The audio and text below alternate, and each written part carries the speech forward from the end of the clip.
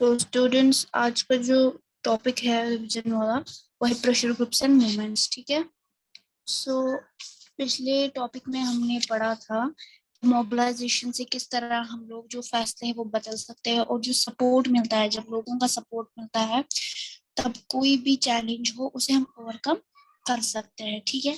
तो main participation लोगों का रहता है इसमें। अब जो हमने इसमें कुछ ग्रुप्स के बारे में पढ़ा, जैसे प्रेशर ग्रुप्स के बारे में पढ़ा, इंटरेस्ट ग्रुप्स के बारे में पढ़ा, तो उनके बारे में पढ़ेंगे। और मूवमेंट्स क्या है, जैसे रिलेटेड उसके रिलेटेड जो मूवमेंट्स रहे। देखो, प्रेशर ग्रुप जो रहते हैं वो बनते ही इसीलिए है ताकि गवर्नमेंट की पॉलिसीज को वो इन्फ्लुएंस कर सके। कोई भी गवर्नमेंट कोई भी लॉ बनाता है, लोग उसको कैसे लेंगे, ठीक है, चाहे वो लाइक मतलब पॉजिटिव वे में लेते हैं या नेगेटिव वे में लेते हैं। ठीक है।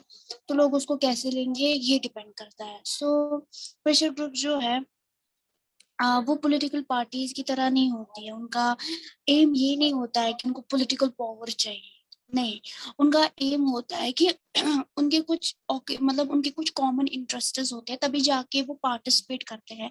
मैं आपको ऐसे समझाऊंगी। देखो, कोई ग्रुप है, ठीक है, वो जुड़ा है किसी एम के साथ, उनका कोई एम है। मानो जैसे कोई ग्रुप है, उनका ट्रांसपोर्ट से रिलेटेड है, जैसे ट्रेड यूनियंस होते हैं ना, या ट्रांसपोर्ट यूनियंस होते हैं, लाइक वैसे। तो ट्रांसपोर्ट यूनियंस में जब भी ट्रांसपोर्ट में कोई गड़बड़ होती है, तो आप देखेंगे कि लाइक फेयर चढ़ानी है या पेट्रोल का दाम बढ़ गया है, तो ट्रांसपोर्ट वाले हड़ताल पे जाते हैं। यहाँ पे फिर ये जो गवर्नमेंट होती है, ये किसके साथ बात करती है आगे? जो ट्रांसपोर्ट का यूनियन होता है। इसका मतलब उनका कोई एम है, वो ट्रांसपोर्ट के साथ वाबस्ता है। समझ आया? तो वो इंटरेस्ट ग्रुप कहलाएगा, प्रेशर ग्रुप कहलाएगा। या गवर्नमेंट की कोई पॉलिसी है, वो ट्रांसपोर्ट के खिलाफ है, इनके हिक में नहीं है, तो आगे बात कौन करेगा? तो यही यूनियन बात करेगा। समझ आया? तो इनके कुछ कॉमन इंटरेस्ट्स होते हैं, एस्पिरेशन होते हैं, और ओपिनियन भी एक ही जैसे होते हैं, तभी जाके वो क्या करते हैं, कॉमन ऑब्जेक्टिव्स पे बात करते हैं। वेट कीजिए 2 मिनट।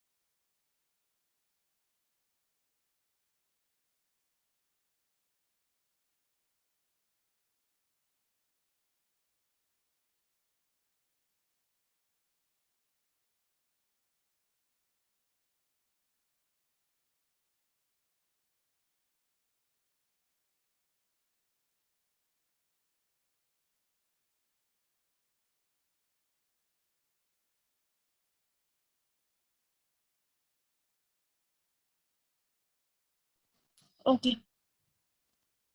सो ये जो ग्रुप्स होते हैं, इनका कॉमन इंटरेस्ट होता है, ठीक है, इनके कॉमन ऑब्जेक्टिव्स होते हैं, तभी जाके ये लोग कुछ मिलके कोई मूवमेंट चला सकते हैं।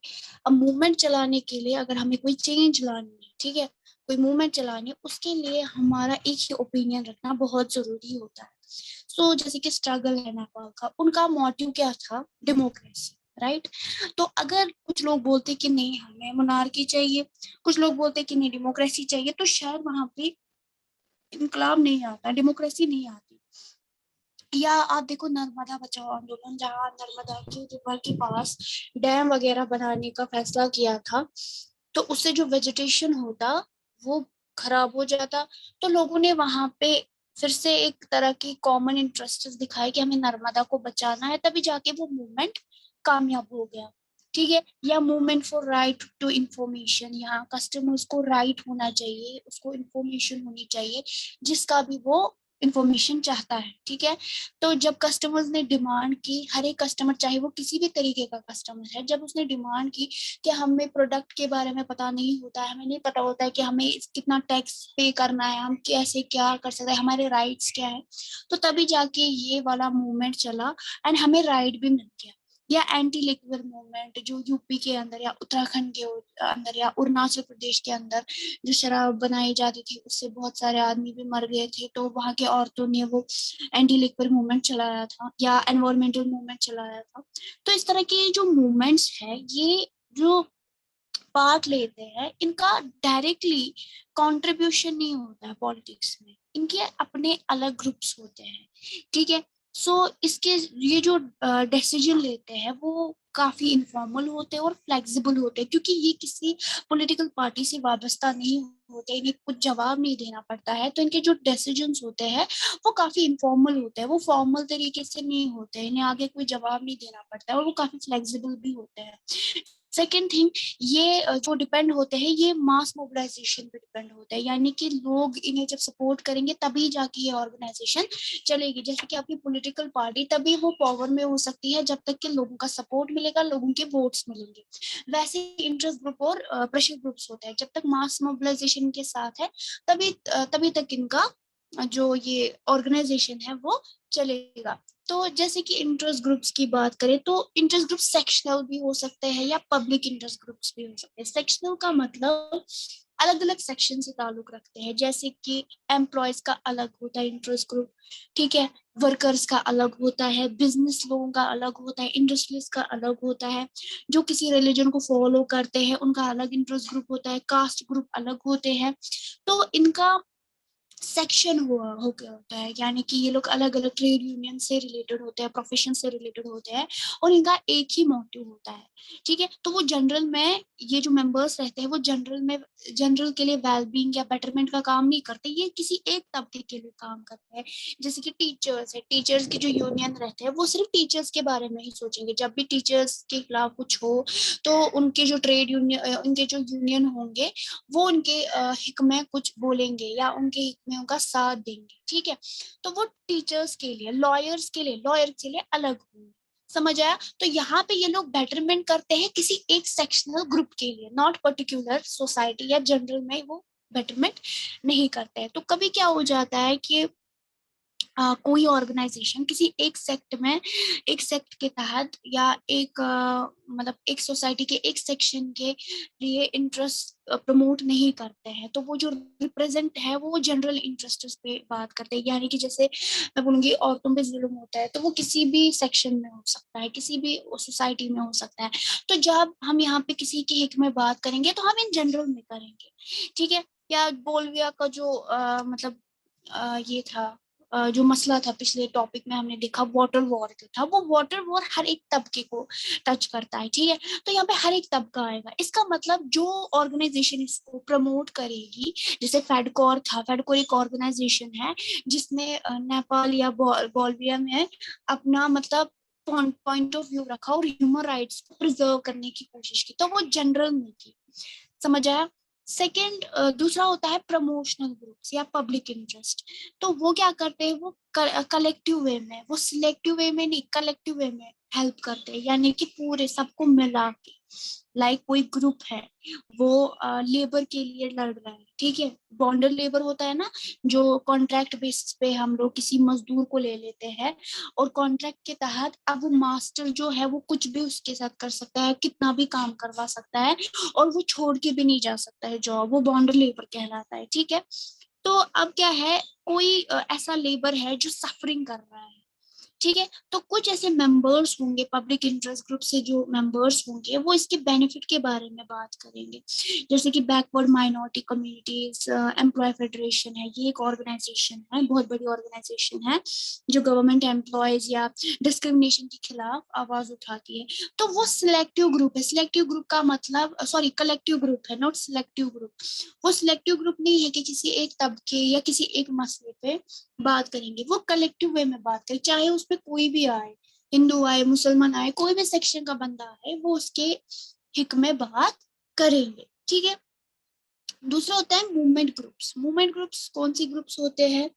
कुछ ऐसे ग्रुप्स होते हैं जो वाइड वैरायटी में काम करते हैं, यानी कि पूरे नेशन में काम करते हैं, ठीक है। कुछ ऐसे ग्रुप्स होते हैं जिनका मतलब अचीव कोई सिंगल ऑब्जेक्टिव नहीं होता है, उनका अचीवमेंट का काम होता है कि हम कुछ कलेक्टिव वे में ऑब्जेक्टिव, मतलब मैं ऐसे समझाऊंगी, कोई सिंगल मसला उनको नहीं होता है, वो चाहते हैं कि मूवमेंट ऐसी चले कि जितने भी मसले हैं सोसाइटी में वो हल हो जाए जनरली, ठीक है। सो वो क्या करते हैं, वो मूवमेंट चलाते हैं, जैसे कि नेपालीज के बारे में यहाँ पे हम नर्मदा बचाओ के बारे में एग्जाम्पल है आपके बुक में कि नर्मदा बचाओ होता है, नर्मदा रिवर को बचाना था, तो लोगों ने यहाँ पे कोई सिंगल मोटिव नहीं ढूंढा उसको बचाने के लिए, बहुत सारे मोटिव्स थे। या किसी एक तबके ने यहाँ पे आगे आके काम नहीं किया कि हम इसको बचाएंगे, नहीं, वो जो तबका था, वो जो मूवमेंट चली थी, उनमें बहुत सारे लोग थे, हजारों कास्ट से बिलोंग करते थे, ठीक है।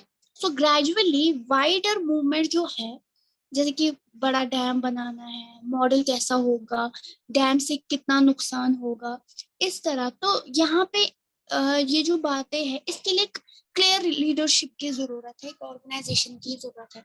कोई भी जैसे डैम बना रहा है, वो मत किसी पब्लिक से बात करेगा कि मुझे ऐसे ऐसे करना है।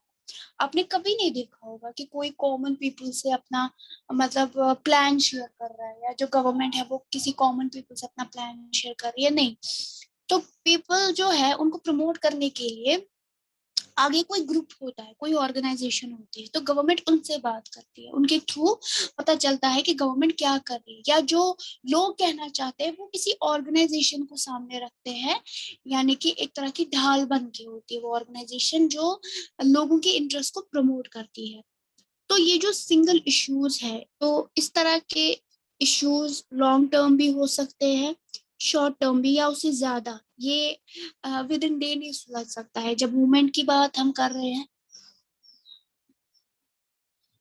तो मूवमेंट में टाइम लगता है, कोई चेंज अगर हम लानी है, तो कोई मूवमेंट स्टार्ट कर रहे हो तो टाइम लगेगा। जैसे नेपाल की एग्जांपल देंगे तो वहां पे जैसे कि 2003 से स्टार्ट हो गया था, तो लगभग लगभग 2015 तक लग गया था अच्छा कॉन्स्टिट्यूशन बनने के लिए, तो टाइम लगा, समझ आया। वैसे ही चाहे आप वुमेन्स मूवमेंट देखते हैं, औरतों के हित में जब हम कोई मूवमेंट चलाते हैं, या एनवायरमेंटल इश्यूज होते हैं, वो तो बहुत ज्यादा है, आए दिन एनवायरमेंट डिग्रेड हो रहा है, वाटर पोल्यूट हो रहा है, एयर पोल्यूट हो रहा है, तो जो भी हम मूवमेंट चला रहे हैं, चाहे गवर्नमेंट उसमें कंट्रीब्यूशन कर रहा है, लोग कंट्रीब्यूट कर रहे हैं, लेकिन वो मूवमेंट जो है वो चलती ही रहेगी, वो कोई भी लॉन्ग टर्म होगी, ठीक है।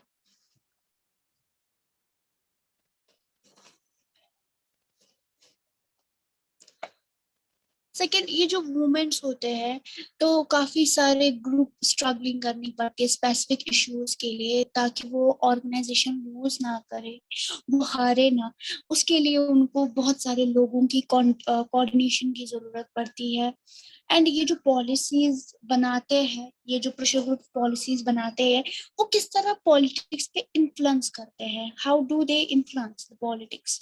सो पहली चीज वो लोग क्या करते हैं, they try to gain public support, उनको पब्लिक सपोर्ट चाहिए, सिंपैथी चाहिए। देखो, जितना उनको पब्लिक सपोर्ट मिलेगा, जितनी उनको सिंपैथी मिलेगी, उतना ही पॉलिटिक्स को वो दबा सकते हैं, यानी गवर्नमेंट को झुका सकते हैं। सेकेंड थिंग, उनकी जो भी एक्टिविटीज होती है, जैसे कैंपेन्स होते हैं ना, इलेक्शन कैंपेन्स, वैसे ही ऑर्गेनाइजेशन के अलग अलग कैंपेन्स होते हैं, ये लोग जुलूस वगैरह निकालते हैं, मीटिंग्स रखते हैं, पेटिशंस लगाते हैं, या कोर्ट वगैरह में जाते हैं, ठीक है। ये जो ग्रुप्स होते हैं, ये मीडिया को अपना टारगेट बनाते हैं, उनका मतलब जो अटेंशन है वो अपनी तरफ कर लेते हैं, ताकि जितना इसको पेस मिले, उतना ही ये लोग स्ट्रांग होते जाते हैं। सो सेकंड थिंग, ये सबसे ज्यादा जो वे चुनते हैं वो प्रोटेस्ट का चुनते हैं, ये गवर्नमेंट को डिस्टर्ब करने की कोशिश करते हैं, स्ट्राइक पे जाते हैं, जैसे कि ऑर्गेनाइजेशन है वर्कर्स की, एम्प्लॉयज की, अगर उनको कोई भी बात मनवानी होती है, तो वो अपनी बात, अपनी डिमांड को रखने के लिए, गवर्नमेंट को फोर्स करने के लिए स्ट्राइक का रास्ता अपनाते हैं, ठीक है। सेकेंड थिंग, बिजनेस ग्रुप है, ठीक है, तो वो जैसे कि लॉबिलिटीज है, उनके ऊपर कर्जा है, या गवर्नमेंट या गवर्नमेंट चाहती है कि बिजनेस वाले जो है वो ये चीज करे, लेकिन बिजनेस वाले कुछ और करना चाहते हैं, तब भी वो प्रेशर ग्रुप का सामना ही करते हैं। ठीक है, कौन? गवर्नमेंट। यानी कि एडवाइस जो भी करनी होती है गवर्नमेंट को कम्युनिटीज को, वो उस प्रेशर ग्रुप को करते हैं जो वर्कर से रिलेटेड होता है, प्रोफेशनल से रिलेटेड होते हैं। ठीक है, तो ये जो प्रेशर ग्रुप्स हैं वो या तो बनाए जाते हैं या फिर कोई ऐसे लीडर्स बनते हैं जिनका बैकग्राउंड पॉलिटिकल पार्टीज होता है। वो ऐसा नहीं होता है लाइक ट्रेड यूनियंस या स्टूडेंट यूनियन में चला जाता है, उसका मेंबर होता है, उसका जो बैकग्राउंड होता है वो पॉलिटिकल पार्टी होता है, क्योंकि वो पहले एक मेंबर बन चुका होता है किसी पॉलिटिकल पार्टी का। या जो एक्टिविस्ट होते हैं, ठीक है, जो मतलब चैलेंज करते हैं गवर्नमेंट की पॉलिसीज को, तो इस तरह का बैकग्राउंड होना बहुत जरूरी है। कभी क्या होता है कि पॉलिटिकल पार्टीज भी कोई मूवमेंट चलाती है, जैसे कि स्टूडेंट्स है, ये आसाम मूवमेंट में। तो तब क्या हुआ था आसाम मूवमेंट में कि ये जो आसाम में गवर्नमेंट के खिलाफ एक मूवमेंट चली थी, वहां पे पहला कदम स्टूडेंट्स ने उठाया था।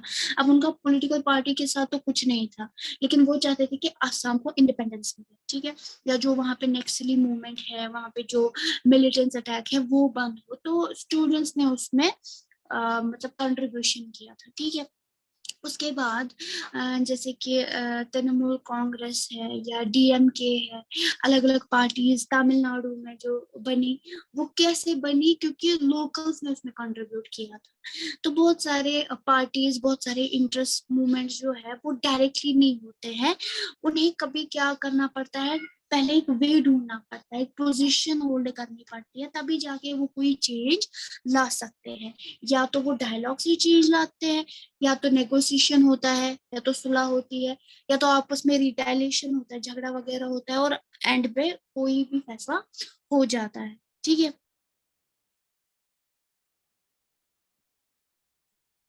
तो अब ये जो इन्फ्लुएंस है, ठीक है, जिस तरह का भी इन्फ्लुएंस होगा, लास्ट पे अगर पॉलिटिकल पार्टी या कोई भी मूवमेंट बन गई, अब कोई इन्फ्लुएंस आया, यानी कि कोई असर डाला है, असरअंदाज आया, लेकिन वो इन्फ्लुएंस हेल्दी हो सकता है या नहीं।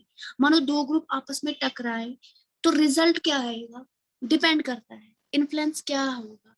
अगर हम डेमोक्रेसी की बात करें, तो डेमोक्रेसी में इस तरह की चीजें हेल्दी नहीं होती है, यानी इस तरह के इंटरेस्टेड ग्रुप को प्रमोट करना किसी सेक्शन के तहत, जैसे कि कोई सेक्शन है, वर्कर्स का सेक्शन है या लेबर्स का सेक्शन है या प्रोफेशनल्स का सेक्शन है।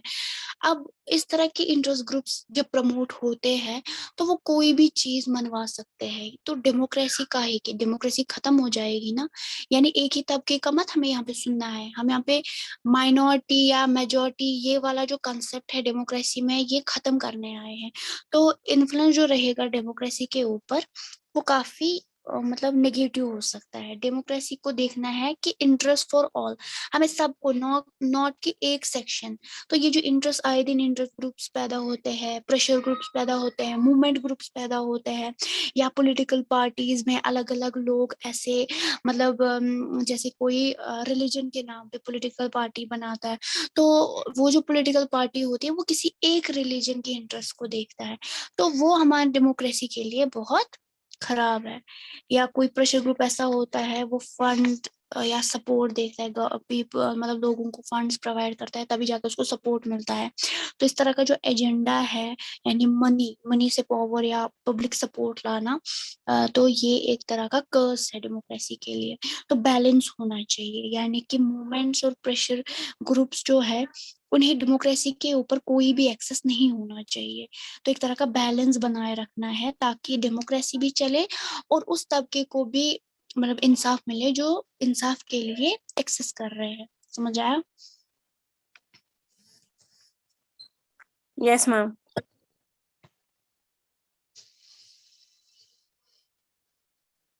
मैंने आपको कहा था कि जब टेस्ट होगा, राइट, मैं आपको बोलूंगी। तो आपका टेस्ट जो है वो सैटरडे होगा।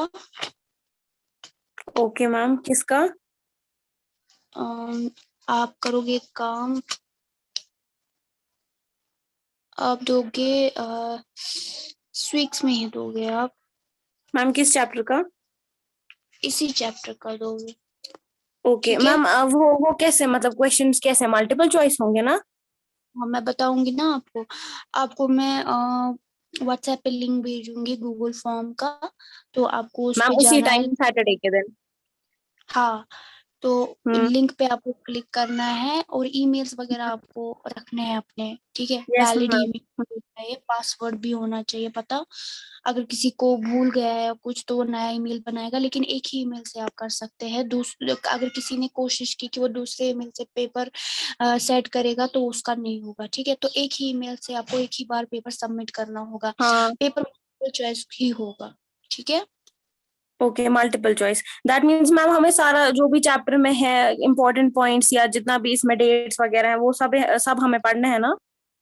हाँ हाँ, वैसे तो उसमें डेट्स नहीं है, बस कुछ इम्पोर्टेंट पॉइंट्स है हाँ, जो मैंने आपको पॉइंट्स है बताया है। इम्पोर्टेंट, हाँ। हाँ, तो वो आपको दिमाग में रखने हैं, ठीक है। ओके मैम, सैटरडे टेस्ट है, हाँ ठीक। ओके, एंड सबको कन्वे कीजिएगा। Okay ma'am.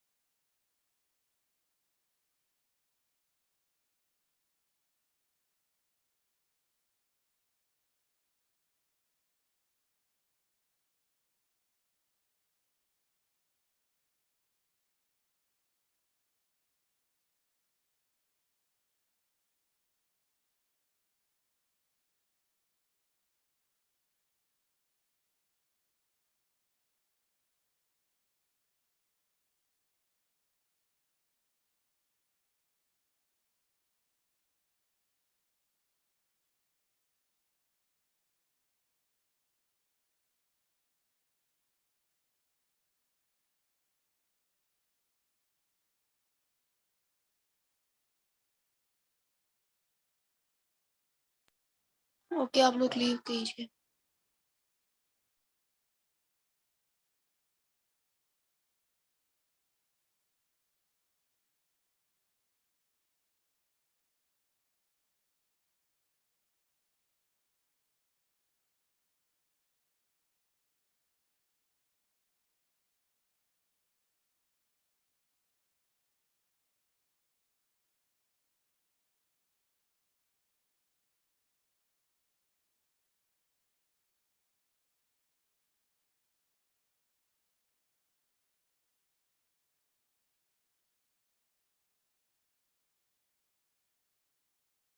अल्लाह हाफिज मैम।